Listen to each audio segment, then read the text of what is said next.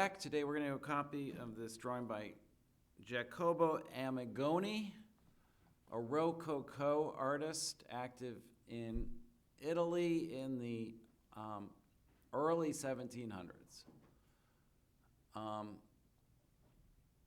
Rococo is after Baroque, so there's a little bit of exaggeration of features, but this one is pretty realistic. So let's begin by, we're not going to try to copy this whole thing. Let's zoom in a little. We're going to do about this much of it. So let's organize our page. We're going to do a very simple form for the head, which is just a little bit foreshortened. Cranium is foreshortened. Well, a lot foreshortened because she's turned towards us. So I'm going to start with this kind of a form. I'm dropping the neck down from behind. I'm going to think of the neck as a cylinder, so I'm going to sort of draw the opening of the neck where I think it would be.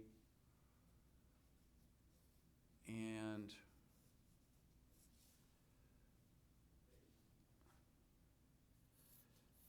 so this is about as much as we're going to draw. So we're just sort of blocking it in like that. We're not going to do a whole lot more detail of the arms or the drapery or anything. The focus today is really on this face.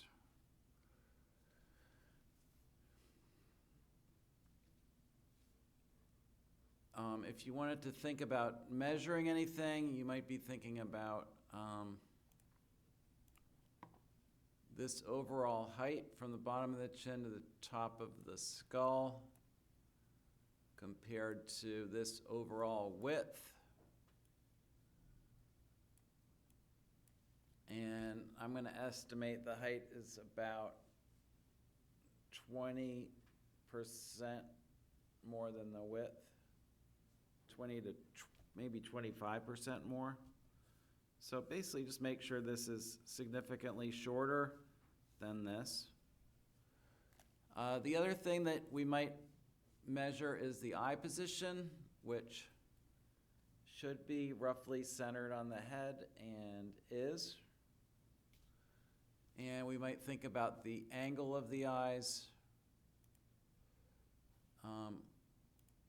which is going slightly downhill like this. So if we make a line goes through the eyes, we're going at about only 2 or 3 degrees from horizontal through the center of the head like that.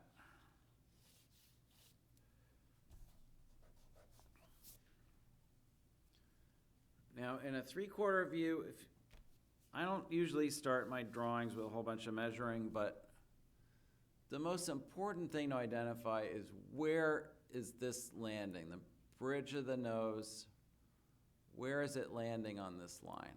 Most people unconsciously put it way too close to the center. So if we actually measure this, we got 1 unit, 2 units,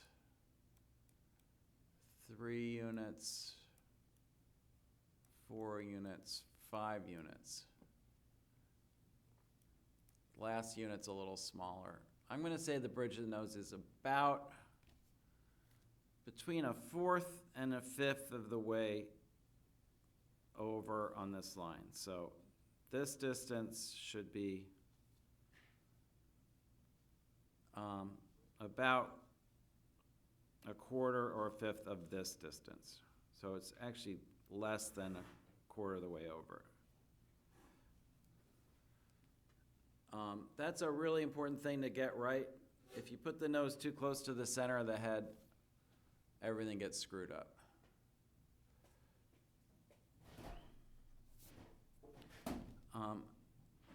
Next thing I'm going to do is just sort of indicate the eyebrows. above the level of the eyes. And remember, we're usually looking for the nose to be about halfway between the brows and the bottom of the chin. Her nose is slightly more than halfway because her eyebrows are raised. Can everyone see that? Her eyebrows are really high, so the brow ridge is probably a little bit below the eyebrows, and if we go halfway from the brow ridge, that's where the nose is going to land.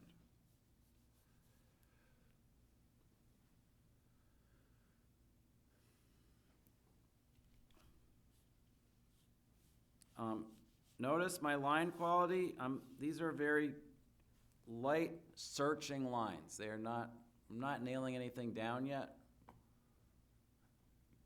The next thing I'm going to ask myself is what's the angle of the nose, and it is not vertical. It's about, what would you say, 10 or 15 degrees from vertical, so it's sort of like this.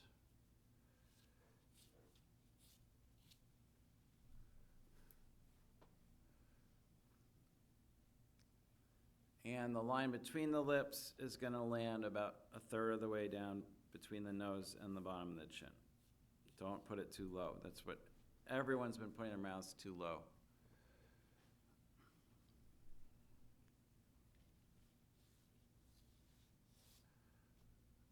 I feel like I made this first line a little too strong of an angle. So I'm just going to flatten that a little bit.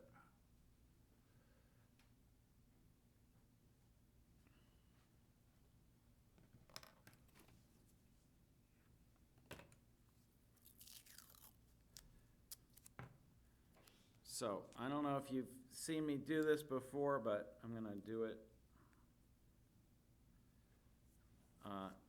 today. So I just put tape on the side of my face. Okay. See this surface where the blue tape is on my face? You see how that surface, when I'm looking right at the camera, it virtually disappears. It's very foreshortened. Okay, when I turn my head this way, it gets much wider. You see that? This is what we're seeing. We're seeing this space open up, and if I put some tape on the other side, so from the front, the tape is symmetrical. And if I go this way, it disappears on the left and opens up on the right. If I go this way, the opposite thing happens. Okay? That's the biggest thing to get right, is to capture this asymmetry that happens in a 3/4 view. So that's what we're going to try to do now. But keep that in mind. Really consciously look for those surfaces. It's going to be really important. Let me see if I can make myself smaller again. Okay. So this is the surface here where you saw I had the blue tape. So we got this big wide open surface here, and we got nothing on the other side. So, and that's what we're going to be focusing on today. So let me get a little more zoomed in, and we're going to zoom in on her. And we have a pretty good idea where this brow is. And we measured sort of where the bridge of the nose is. We measured this angle.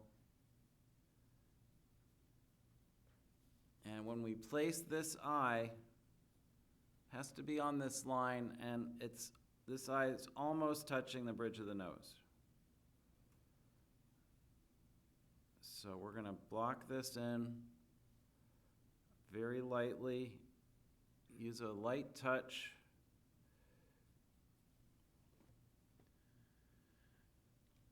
And even though her head is turned away from us, her gaze is directed at us, so these irises are perfectly round.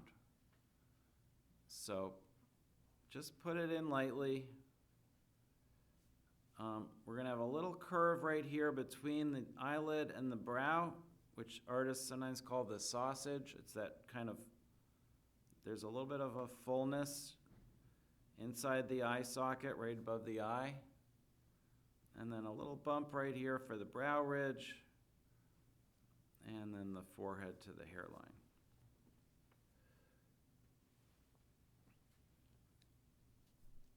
I want you to think about how this little pouch of skin here has the cheekbone emerging from behind it. So there's like a distinct overlap right there. And then her face she's got pretty full cheeks, so we're gonna come out. This is an important distance. We found the tip of the nose. We're gonna make sure this cheek runs significantly to the right of it. And then we're gonna turn this in right when we get to mouth level, towards the chin, which is about here.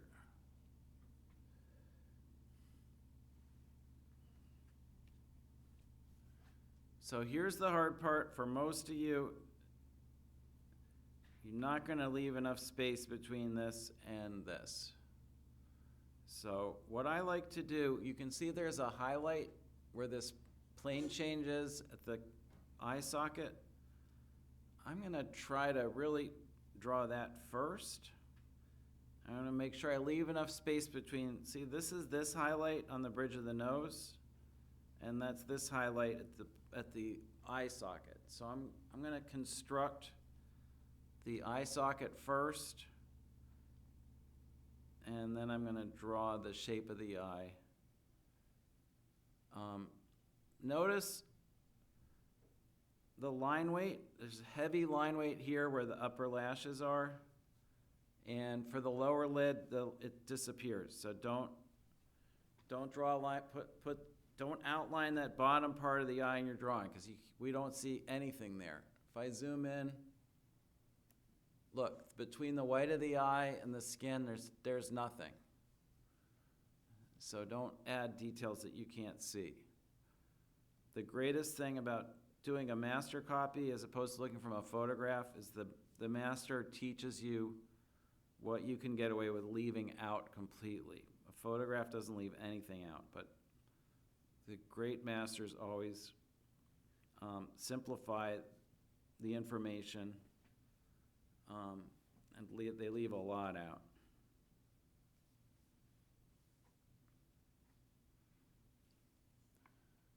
And having placed that eye,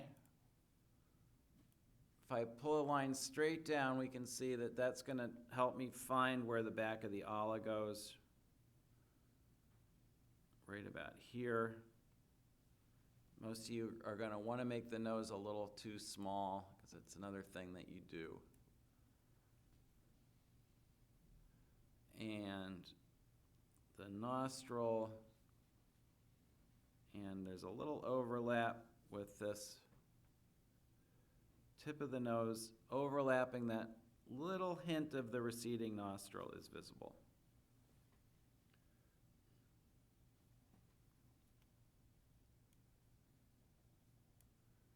Another thing I want you to pay attention to is we're going to talk about foreshortening a lot with any 3/4 view.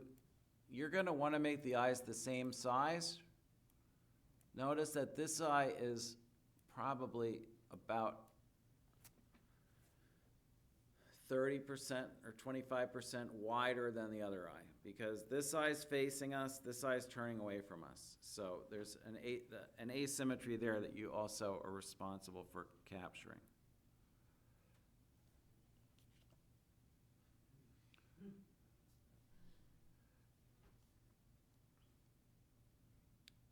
Okay, so I saw some of you, something I talked to a few of you about in the last lesson was you trying to draw the mouth without sort of thinking it through first, we can easily see where the philtrum originates. It's sort of, you go to the base of the tip of the nose here, and there's that little form of the philtrum. If you do that first, that allows you to place this curve correctly. That's that central curve of the Cupid's bow. And if you get that placed correctly, the rest of the mouth is going to be really easy. But I do want to take this chance to demonstrate. I do this in a lot of my videos, so if you're watching all of these, I'm sorry for repeating myself, but this is so important. Here's the mouth, the Cupid's bow, exaggerated Cupid's bow form. That's why I picked this Rococo drawing, because he really does sort of exaggerate that bend a little bit. If mouths were flat and we turned it to the side, it would still be symmetrical. See that? There's the center, there's the corners. It's still symmetrical. Like X and Y are just about the same. But mouths are not flat. Mouths are horseshoes. And you know that if you've ever seen anyone's retainer or dentures. They're curved a lot. So when you take this form and you turn it just a little bit to one side, what happens is the part on the right, Y, is now foreshortened a lot. Because see, it was already foreshortened a little, now it's foreshortened a lot. X was also foreshortened a little, but now X is not foreshortened anymore, it's facing us.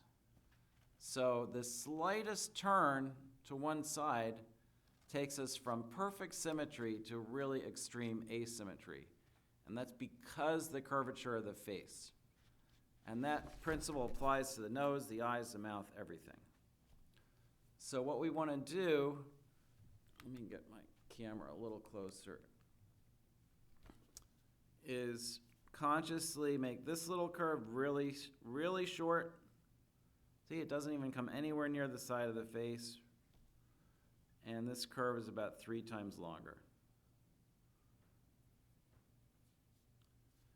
And when I look at student work, one of the most common errors that I see over and over is taking this asymmetry and instead making something that looks like almost symmetrical. Like everybody wants these two sides to be the same.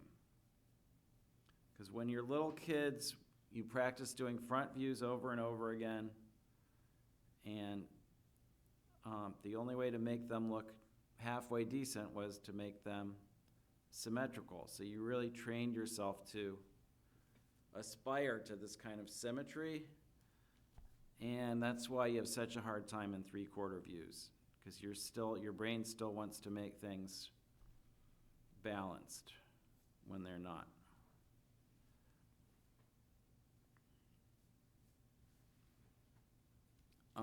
This is also a very, very, very, very slight dip downward here. And as usual, I'm not making her quite as pretty as she is. I got to figure that out. There's something about her nose that is like,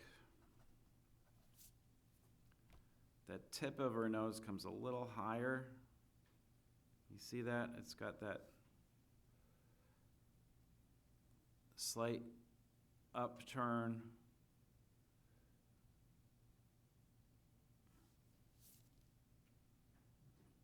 I don't know if that's any better. Maybe the nostril's a little higher too.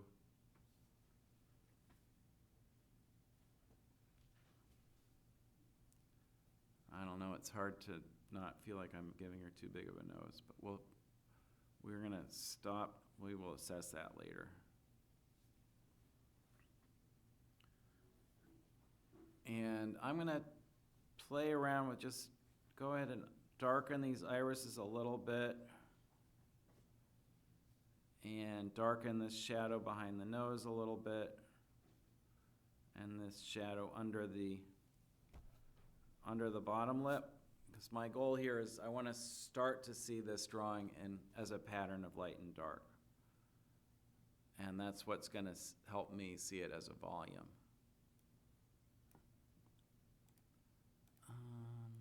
Okay.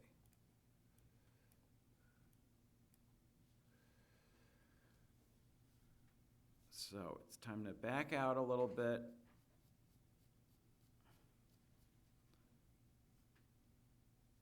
I know I'm going fast today, but I want you to try to keep up. One of our main goals here is drawing fluency, just being able to draw a little with a little less conscious effort.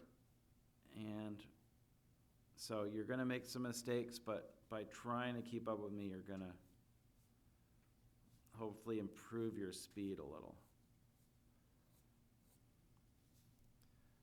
So I already roughly placed the neck. I like where it is. If I extend this line up, I sort of land in the center of the bottom lip. So that looks about right. And I'm going to lay a little shadow in under the jaw.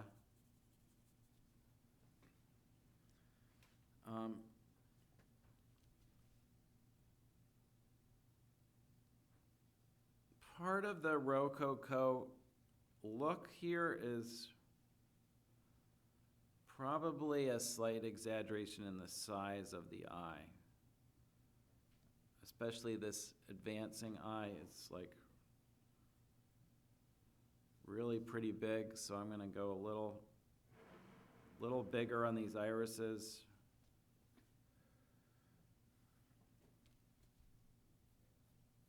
And make sure those eyebrows are raised enough. That's a very important element of the expression here. In fact, I was a little low on this one.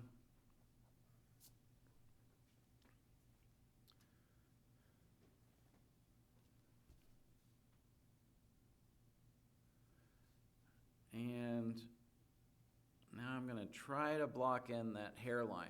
And that's where we're going to, I've talked to several of you about drawing shoes and that blocking in process. We have a really hard time measuring curves. We can measure straight lines a lot easier. So if you learn to see this hairline the way I just blocked it in red, now we're doing something we're comfortable with, which is measuring angles and distances and relating points to each other. So, we can relate this point and this point, that point and this one, come down, and let's also block in the outside of the hair.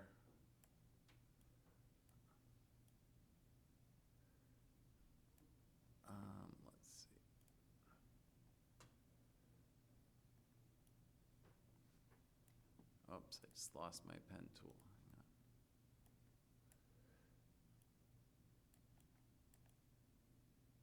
And when you block in, you're not, that's the one time when you're not thinking about structure, you're thinking about it as a two-dimensional shape.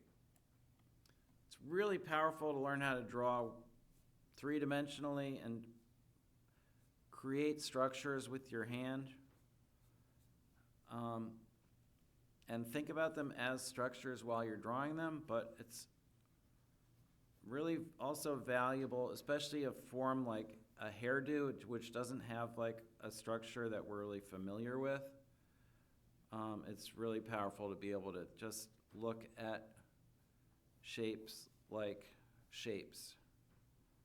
And the analogy I always use is like you're drawing the outline of the state of Texas or Austria, some place that you couldn't do from memory, that you really don't have a lot of fixed ideas about how it should look, but you're just copying that coastline. You see that? It's like not that hard if you can think of it that way. And that brings us to the ear, which the earlobe is dropping down a little lower than the nose. It's coming down to about here.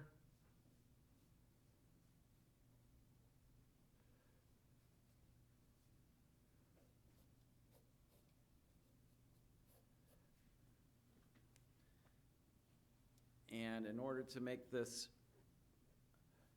again, to help my ability to recognize this pattern of light and dark, I'm going to go ahead and do first shading over all the hair, because the hair is overall darker than the skin.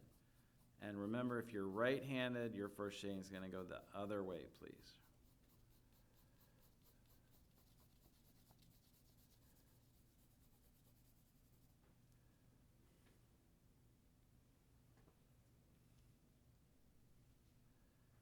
And I'm just going to do a little more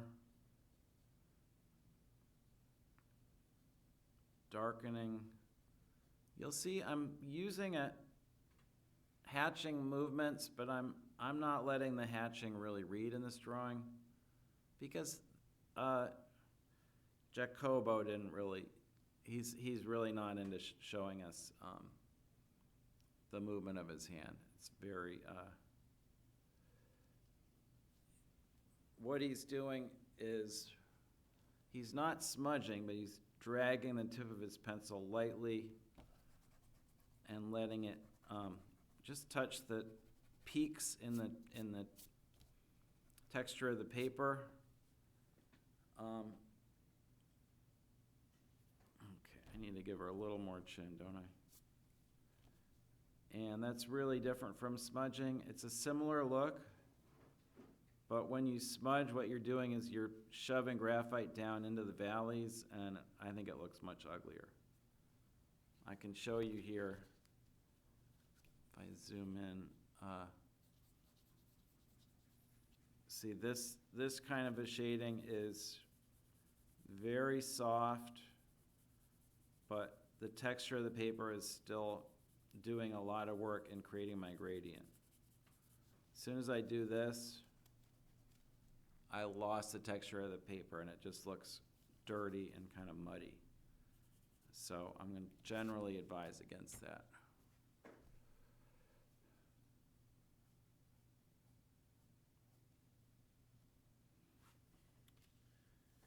And I'm going to just do a little detail on the ear, and then we'll take a quick break. She does have this lovely string of pearls. Actually, before I do that, she's got this jewel that's hanging down from the string of pearls, which sort of defines the center line of the forehead. And then we've got the string of pearls is following just inside the original line we made for her cranium. So I can still see that line. I'm going to just follow it like that. And a few pearls on the other side. And just a few indicators of the shadow accents in the hair.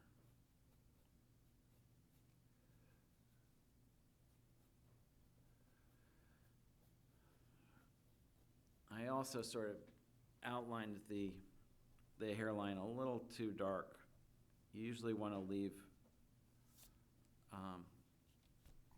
I'll show you if I get rid of these red lines. We want to leave a kind of a soft transition between the hair and the forehead, or else it's going to look like she's wearing a wig or a toupee,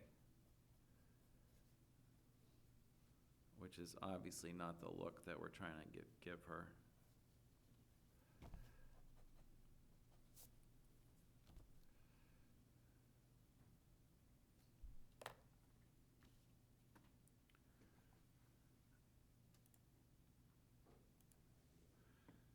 So I'm going to make just a couple corrections to my drawing now.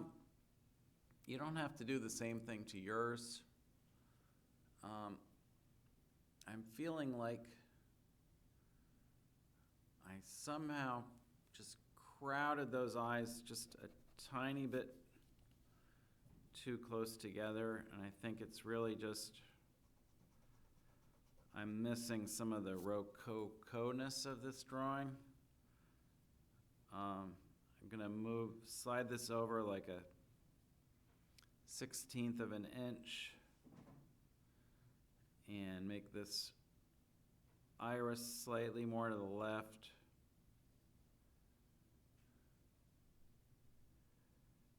And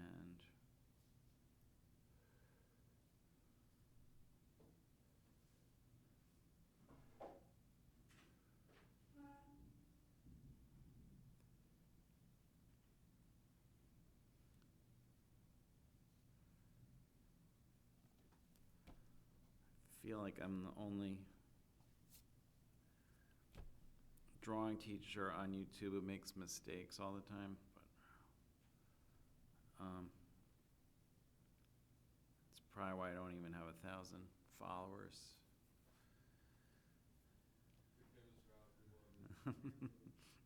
Thanks. I think a lot of them, to be honest, it's really easy to just set up a transparency in one of these programs, so I could be tracing the original right now, and I think that's what a lot of drawing teachers do on YouTube. Or maybe they're just that much better than me, but a lot of them don't seem to make any mistakes at all. But I think it's good to see how to fix a mistake, how to catch and fix mistakes, so you see how that, and it's also really good, it's important to realize like how minor a correction can be and still be significant. Like I'm happier with this drawing now, and like I said, I moved that eye over maybe a 1/16 of an inch. I mean, it's like infinitesimal. It's still not really capturing the vibe of the original. Might need to lengthen this side of the mouth a 1/16 of an inch too. Yeah, that helps a little.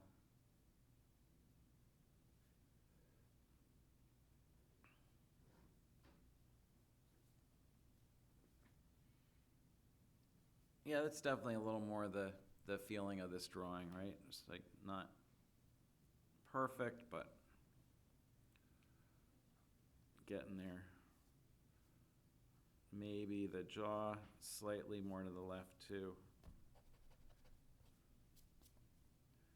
And she's definitely got a lot of like width across her forehead. And I think that's another little error. I gotta like move this contour up again a 1/16 of an inch, but yeah, that feels to me a lot more like what I'm looking at here.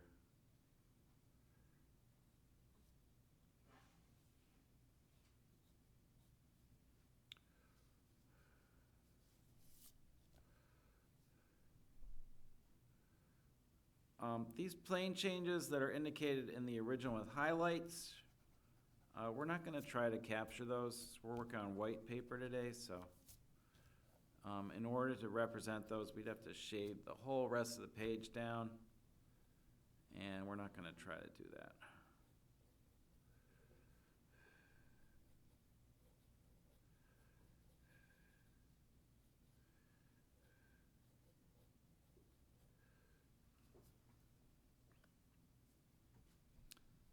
But I feel like she's looking a little more rococo now, whatever that means.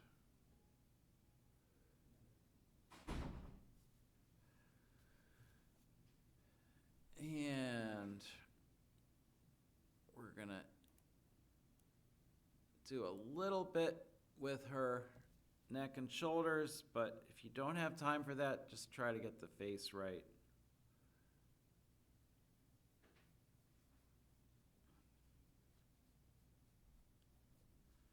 I believe it really is helpful when you start a drawing like this to block in the head and shoulders, because when you have a sense that the head is supported by something, I think you just do a better job at drawing it. You know, when those features are just floating in midair, totally out of context, most people do not do as good a job with the drawing, in my experience.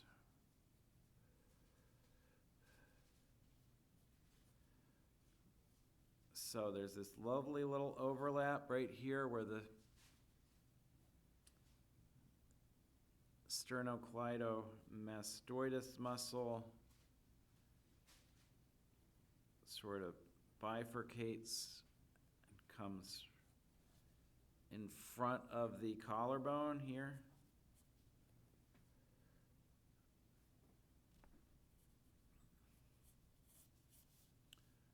And a little darkening here for the pit of the neck. That's a landmark that we've talked a lot about this semester. Really important to notice where that is.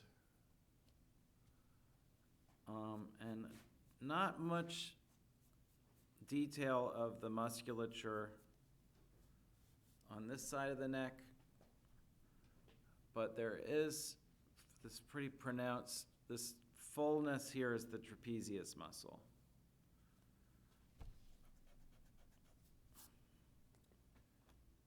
And it does curve outward. Actually, this curves outward too. And that's, again, at the risk of repeating myself,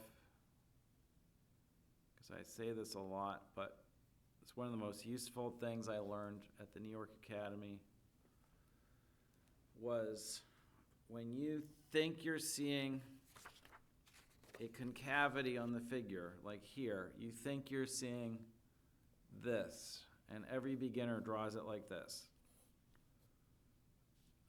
What you're actually seeing, and what the artist beautifully represents to us here, is a series of convexities. You see this is curving out here, that's the sternocleidomastoidus, and this is curving out here. And there is this little illusion of a concavity where they intersect, but the main moves here are both convex. They're pushing out. So don't simplify it to this. It's usually good to simplify forms in your drawings, but not like this. Don't turn convexities into concavities, because there are no actual concavities on the human figure. Humans are like water balloons. Like, we have more pressure inside than out, and so we're formed by compound convexities, not concavities. Okay, I'll zoom back out. This is a very low-cut dress she's wearing.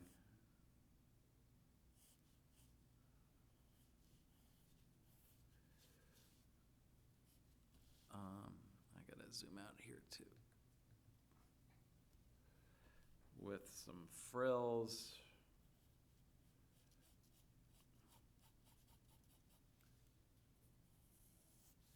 And I'm gonna do first shading over here.